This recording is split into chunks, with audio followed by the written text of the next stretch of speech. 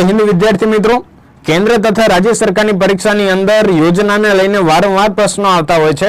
તો હું આપની સમક્ષ લાવ્યો છું કરંટ બેઝડ યોજનાઓ કે જે વર્ષ 2026 ની અંદર તાજેતરની અંદર ખૂબ જ ચર્ચામાં રહી હોય અને આવનારી પરીક્ષાને લઈને આ જે યોજનાઓ છે એમાંથી પ્રશ્નો પૂછવાની ખૂબ જ શક્યતા છે. તો ચાલો જોઈએ 2025-26 ની મહત્વની યોજનાઓ. તો સૌપ્રથમ તો જી રામ બિલ વિશે વાત કરીશું કે જે ગ્રામીણ વિકાસ અને રોજગાર મંત્રાલય અંતર્ગત આવતી એક યોજના છે. તો પહેલા આ યોજનાનું નામ નરેગા યોજના હતું. ત્યારબાદ આ યોજનાનું નામકરણ કરીને મનરેગા યોજના થાય છે 2009 ની અંદર. ત્યારબાદ 2025 ની અંદર એક બિલ પસાર કરવામાં આવે છે જી રામ બિલ, જેનું ફૂલ ફોર્મ છે વિકસિત ભારત ગેરંટી ફોર રોજગાર એન્ડ આજીવિકા મિશન. તો આ કયા મંત્રાલય અંતર્ગત આવે છે? તો ગ્રામીણ વિકાસ મંત્રાલય અંતર્ગત. તો મનરેગા યોજના અંતર્ગત પહેલા 100 દિવસની ગેરંટી આપવામાં આવતી હતી, તેના સ્થાને રદ કરીને હાલમાં 125 દિવસની ગેરંટી આપવામાં આવે છે. તો આના મુખ્ય 4 સ્તંભો કયા છે? તો જળ સુરક્ષા, ગ્રામીણ ઇન્ફ્રાસ્ટ્રક્ચર, આજીવિકા અને આબોહવા છે. તો આનું કેન્દ્ર અને રાજ્ય વચ્ચે જે ફંડ શેરિંગ થાય છે તેના વિધાનને લઈને પ્રશ્ન પૂછવાની શક્યતા ખૂબ જ જરૂરી છે.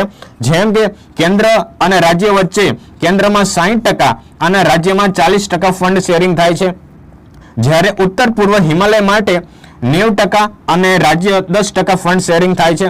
જે વિધાનસભા વિનાના યુનિયન ટેરેટરીઝ છે તેના માટે કેન્દ્ર 100% ફંડિંગ કરે છે.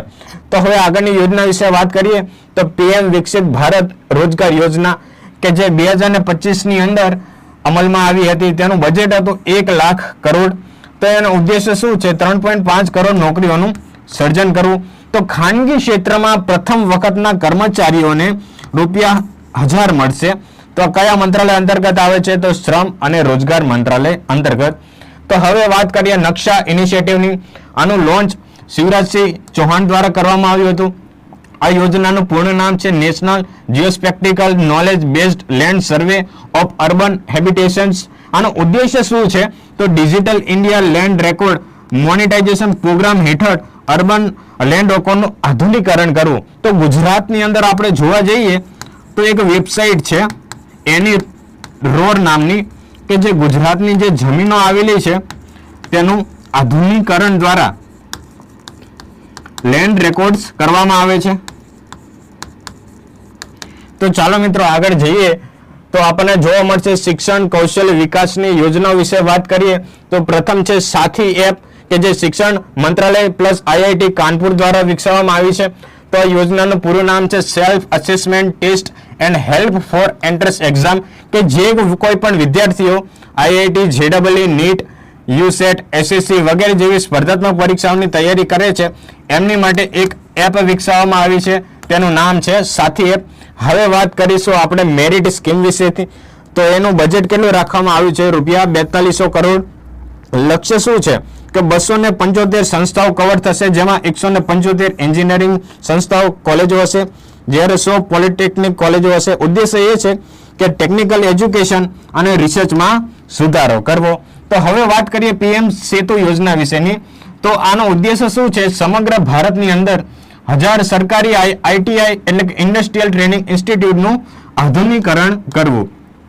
પીએમ વિદ્યાલક્ષ્મી યોજના વિશે વાત કરીશું. તો આનો ઉદ્દેશ્ય શું છે? ઉચ્ચ અભ્યાસ માટે મેરિટોરિયસ વિદ્યાર્થીઓને એજ્યુકેશન માટેની લોન આપવામાં આવે છે. તો આ કઈ પ્રકારનો લાભ છે? તો કોલેટર ફ્રી અને ગેરંટર ફ્રી લોન છે, બરાબર. તો ચાલો મિત્રો આગળ જઈએ તો મહિલા અને બાળ વિકાસ કલ્યાણની યોજના વિશે વાત કરીશું અને મહત્વના જે એઇમ છે એના વિશે વાત કરીશું. તો બાળ વિવાહ મુક્ત ભારત અભિયાનની વાત કરીએ તો સમગ્ર ભારતમાંથી બાળ લગ્ન પ્રથાને નાબૂદ કરવી થશે. આનો કાયદાકીય કયો બેઝ ઉપર આને લાગુ કરવામાં આવ્યું છે? તો બાળ લગ્ન પ્રતિબંધ અધિનિયમ 2006 અને બાળ અને કિશોર શ્રમ પ્રતિબંધ અધિનિયમ 1986 અંતર્ગત આને લાગુ કરવામાં આવી છે. તો નવ્યા યોજના વિશે વાત કરીશું. તેનું ટાર્ગેટ છે 16 થી 18 વર્ષની કિશોરીઓને નોન ટ્રેડિશનલ સેક્ટરમાં vocational training, digital marketing, AI, drone અને સોલર પેનલ જેવી વોકેશનલ ટ્રેનિંગ આપવાનો ઉદ્દેશ્ય છે. તો આનું સંચાલન કોણ કરશે? તો મહિલા બાળ વિકાસ અને કૌશલ વિકાસ મંત્રાલય અંતર્ગત PMKVY 4 યોજના હેઠળ આનું સંચાલન કરવામાં આવશે. તો હવે વાત કરીશું આપણે વી રાઇઝ એન્ડ પંચાયત થી પાર્લામેન્ટ 2.0 યોજના વિશે. તો આની નીતિ આયોગ દ્વારા આનું યોજનાનું સંચાલન કરવામાં આવશે. તો પંચાયતથી પાર્લામેન્ટ 2.0 ની અંદર એનસીડબ્લ્યુ અને લોકસભા સચિવાલય દ્વારા આદિવાસી મહિલા પ્રતિનિધિઓનું સશક્તિકરણ કરવું આ તેનો મુખ્ય ઉદ્દેશ્ય છે. તો નમો ડ્રોન દીદી કે આ જીપીએસસી અને પંચાયત ભરતી બોર્ડની પરીક્ષાની અંદર તાજેતરમાં વારંવાર આ નમો ડ્રોન દીદીમાંથી પ્રશ્ન પૂછવામાં આવ્યા છે. તો આ યોજના ક્યાંથી ક્યાં સુધી લાગુ રહેવાની છે? 2023 થી લઈને આ 2026ના યર સુધી. આનો ઉદ્દેશ્ય શું છે? તો મહિલા સ્વ સહાય જૂથો છે તેઓને ખેતીની હેતુ માટે નમો ડ્રોન દીદી અંતર્ગત જે ડ્રોનને જે પાયલોટ છે તેની ટ્રેનિંગ આપી. બરાબર છે. તો ચાલો મિત્રો આગળ જઈએ કે કૃષિ અને સંલગ્ન ક્ષેત્રોની વાત કરીએ કે જે યોજના કૃષિ સંબંધિત છે. તો દાળમાં આત્મનિર્ભરતા મિશન. બરાબર છે. ઉદ્દેશ્ય શું છે? તુવેર, અડદ અને મસૂરની જે એમએસપી પર 100% એમએસપી પર ખરીદી કરવામાં આવશે. આ યોજનાને 2031 સુધીમાં 350 લાખ ટન ઉત્પાદનનું લક્ષ્ય રાખવામાં આવ્યું છે. PMAAS ખાસ ધ્યાન રાખજો. PM ધન ધાન્ય કૃષિ યોજના વિશે વાત કરીશું. તો આની લોન્ચ 16 જુલાઈ 2025માં નીતિ આયોગ દ્વારા પ્રેરિત હતી. તો આનો ઉદ્દેશ્ય શું હતો? તો 11 મંત્રાલયોની 36 યોજનાઓને મર્જ કરીને 16 એગ્રી જિલ્લાઓ પર ફોકસ કરવું અને કૃષિનું ઇન્ફ્રાસ્ટ્રક્ચર વધારવું. તો હવે વાત કરીશું પ્રોજેક્ટ વિસ્તાર અને પ્રોજેક્ટ ભારતી વિશે. તો વિસ્તાર પ્રોજેક્ટ અંતર્ગત કૃષિ મંત્રાલય અને આઈઆઈટી મદ્રાસ થકી 12,000 એગ્રી સ્ટાર્ટઅપ્સની વિગતોને ડિજિટલાઇઝેશન કરવું. તો હવે ભારતી વિશે વાત કરીશું. તો વાણિજ્ય મંત્રાલય દ્વારા 100 એગ્રી ઇન્ફ્રાસ્ટ્રક્ચર દ્વારા કૃષિ વિકાસને પ્રોત્સાહન આપવું. તો આવનારા સમયની અંદર કે જે ખેતી છે તેને વૈશ્વિક સ્તર ઉપર લઈ જવું, ઉત્પાદનમાં કેવી રીતના વધારો કરવો, ખેતીની અંદર ડિજિટલાઇઝેશનનો કેવી રીતના ઉપયોગ કરવો તે આ મંત્રાલય અંતર્ગત આવતું હોય છે. તો હવે રાષ્ટ્રીય ગોકુલ મિશન અને PMKSY સબ સ્કીમ વિશે જાણીશું. તો ગોકુલ મિશન અંતર્ગત સ્વદેશી ગાય ભેંસોને ઓલાદનું સંરક્ષણ અને દૂધ ઉત્પાદન વધારવું. તો આ મૂળ રીતે આ યોજના જે છે 2014 ની અંદર લોન્ચ કરવામાં આવી હતી અને PMKSY સબ સ્કીમ હેઠળ રૂપિયા 1600 કરોડનું બજેટ રાખવામાં આવ્યું છે કે આધુનિક સિંચાઈ અને વોટર મેનેજમેન્ટ નેટવર્ક અંતર્ગત છે.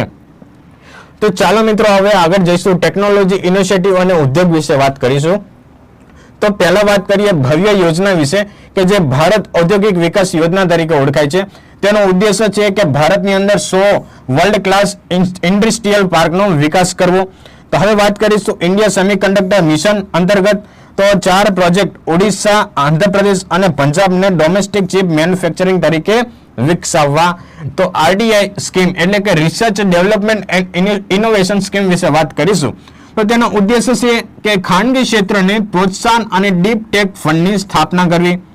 તો હવે વાત કરીએ નેશનલ ક્રિટિકલ મિનરલ્સ મિશન વિશેની.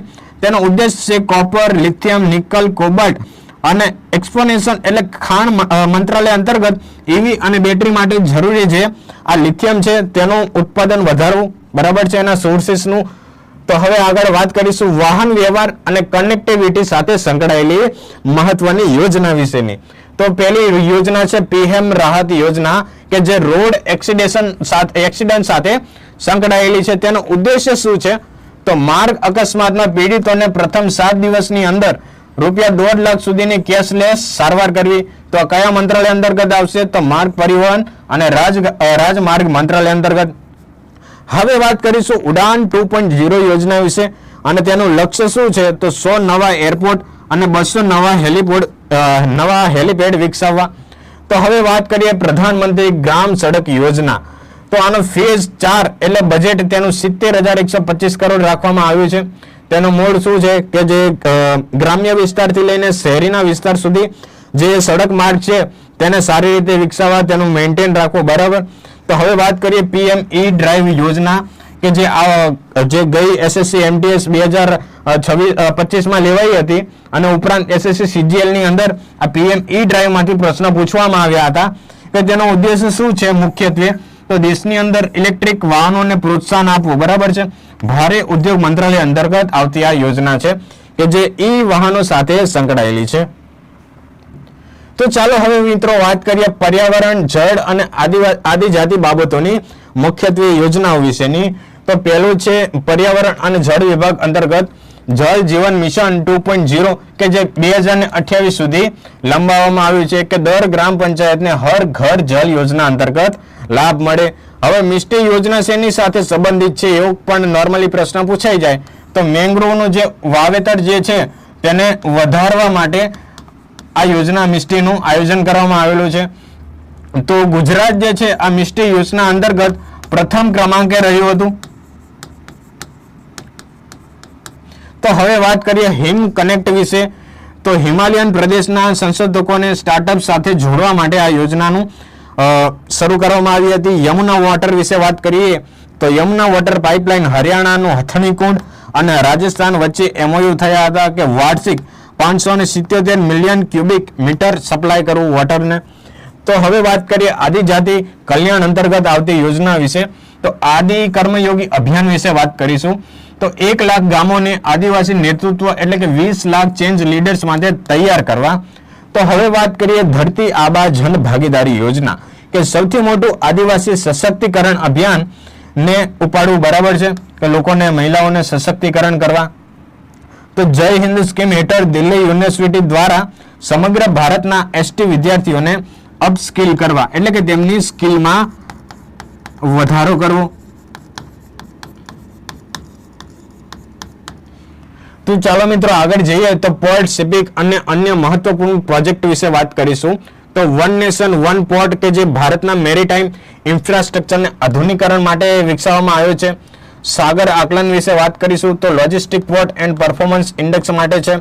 તો મૈત્રી વિશે વાત કરીશું કે વૈશ્વિક વ્યાપાર કાર્યક્ષમતા વધારવા માટે માસ્ટર એપ્લિકેશન વિકસાવવામાં આવી છે. તો જલવાહક સ્કીમની વિશે વાત કરીશું તો ગંગા, બ્રહ્મપુત્ર અને બરાક નદીઓ પર inland water base and cargo movement વધારવા માટે. તો અન્ય મહત્વપૂર્ણ પ્રોજેક્ટ વિશે વાત કરીએ જેમ કે અપના ઘર હાઈવે પર ટ્રક ડ્રાઈવરો માટે રેસ્ટિંગ ફેસિલિટી વિકસાવવા માટે આ યોજનાની શરૂઆત કરવામાં આવી હતી. પ્રોજેક્ટ આરોહણ વિશે વાત કરીશું કે ટોલ પ્લાઝાના જે કામદારો છે તેના દ્વારા તેમના માટે national highway authority of India દ્વારા ધોરણ 11 થી લઈને ગ્રેજ્યુએશન સુધી વાર્ષિક 2000 રૂપિયાની સહાય આપવામાં આવશે. તો અદિતિ સ્કીમ વિશે વાત કરીએ તો આની ઉર્જા કાર્યક્ષમતા અને ટેકનોલોજીમાં વધારો કરવા માટે અદિતિ સ્કીમ વિકસાવવામાં આવી છે. તો ચાલો મિત્રો આગળ જઈએ ગવર્મેન્ટ ફાઇનાન્સ એન્ડ ટેક્સ વિશે વાત કરીશું. તો પ્રારંભ 2026 પ્રોજેક્ટ અંતર્ગત ઇન્કમ ટેક્સ એક્ટ 2025 1961 ને રિપ્લેસ કરે છે. નાણામંત્રી દ્વારા રિયલ ટાઈમ ક્વેરીને માટે કરથી લઈને ચેટબોટ સાથે તમે ઇન્ટરસેપ્ટ વાત કરી શકશો. તો પ્રોજેક્ટ ધ્રુવ વિશે વાત કરીશું. તો પોસ્ટ વિભાગ દ્વારા દરેક વ્યક્તિ વ્યવસાય યુનિક વર્ચ્યુઅલ એડ્રેસ આપતું ડિજિટલ પ્લેટફોર્મ છે. હવે આ પીએમ સ્વનિધિ યોજના વિશે વાત કરીશું. તો આનો મૂળ શું છે? સ્ટ્રીટ વેન્ડર્સ છે એના માટે કોલેટર ફ્રી લોન વિકસાવવામાં આવી છે. વિશ્વાસ સ્કીમ વિશે વાત કરીશું. તો ઈપીએફ સંબંધિત કોર્ટ કેસ ઘટાડવા માટે આનું શરૂઆત કરવામાં આવી હતી. પીએમ જનધન યોજના જેના 11 વર્ષ તાજેતરની અંદર પૂર્ણ થયા છે. તો પ્રતિભા સેતુ વિશે વાત કરીશું કે જે વિદ્યાર્થીઓ યુપીએસસી દ્વારા ટોપ ઉમેદવારોને ખાનગી નોકરીદાતાઓ સાથે જોડવાનું એક પ્લેટફોર્મ છે. તો હવે હેલ્થ કલ્ચર અને ન્યૂ ઇનિશિયેટિવ વિશે વાત કરીએ તો જેમ કે શ્રેષ્ઠ ઇન્ડેક્સ કે રાજ્યો અને યુનિયન ટેરેટરીઝની અંદર હેલ્થ કેર ગુણવત્તા માપવા માટે શ્રેષ્ઠ ઇન્ડેક્સની શરૂઆત કરવામાં આવી હતી. પ્રોજેક્ટ પરી કે જે ગઈ જીપીએસસી, એસએસસી અને આરઆરબીની પરીક્ષાની અંદર આના સૌથી વધુ 10 થી વધુ વાર પ્રશ્નો પૂછાઈ ગયા છે. પીએમ પરી કે રાષ્ટ્રની સાંસ્કૃતિક ઓળખ દર્શાવતી પબ્લિક આર્ટ બનાવવા માટે આ સંસ્કૃતિ મંત્રાલય અંતર્ગત પ્રોજેક્ટ પરી શરૂ કરવામાં આવ્યો છે. તો પ્રોજેક્ટ ઉલ્લાસ વિશે વાત કરીએ તો નવ ભારત સાક્ષરતા કાર્યક્રમ અંતર્ગત મિઝોરમ સંપૂર્ણ સાક્ષર રાજ્ય બન્યું છે. ધ્યાન રાખજો આ પણ જીકેના પોઈન્ટ ઓફ વ્યૂથી આ પ્રશ્ન પૂછાઈ શકે છે. ઉલ્લાસ સ્કીમ અંતર્ગત મિઝોરમ પ્રથમ સંપૂર્ણ ભારતનું સાક્ષર રાજ્ય બન્યું છે. તો હવે વાત કરીએ વેવ્સ પ્લેટફોર્મની. આપ સર્વે વિદ્યાર્થી મિત્રોને ખ્યાલ હશે કે તાજેતરની અંદર સોશિયલ મીડિયાનો ખૂબ જ વ્યાપ વધ્યો છે. તો વેવ્સ 2025 અંતર્ગત ગેમિંગ, એનિમેશન, એઆઈ અને મેટાવર્સ મીડિયા અને એન્ટરટેનમેન્ટ માટે સ્ટાર્ટઅપ શરૂ કરવું. બરાબર છે. આ માહિતી અને પ્રસારણ મંત્રાલય અંતર્ગત આવે છે. તો પીએમ યુવા 3.0 વિશે વાત કરીશું એટલે કે નિપુણ ભારત કે જે યુવા લેખકો છે તેમને 30 વર્ષથી નીચેની તાલીમ આપવા અને પાયાની સાક્ષરતા વધારવા માટે આ પીએમ યુવા 3.0 શરૂ કરવામાં આવ્યું છે અને આ શિક્ષણ મંત્રાલય અંતર્ગત આવે છે. તો હવે વાત કરીશું નઈ ચેતના કેમ્પેન વિશે કે જેન્ડર બેઝ વાયોલન્સ વિરુદ્ધ અભિયાન કે જે આ ગ્રામીણ વિકાસ મંત્રાલય અંતર્ગત આવતો પ્રોજેક્ટ છે. તો આ હતી મહત્વની યોજના વિશેની બાબત. તો વિદ્યાર્થી મિત્રો, આવી જ પરીક્ષા લક્ષી માહિતી મેળવવા માટે GS પોઈન્ટર સાથે જોડાયેલા રહો. જય હિન્દ.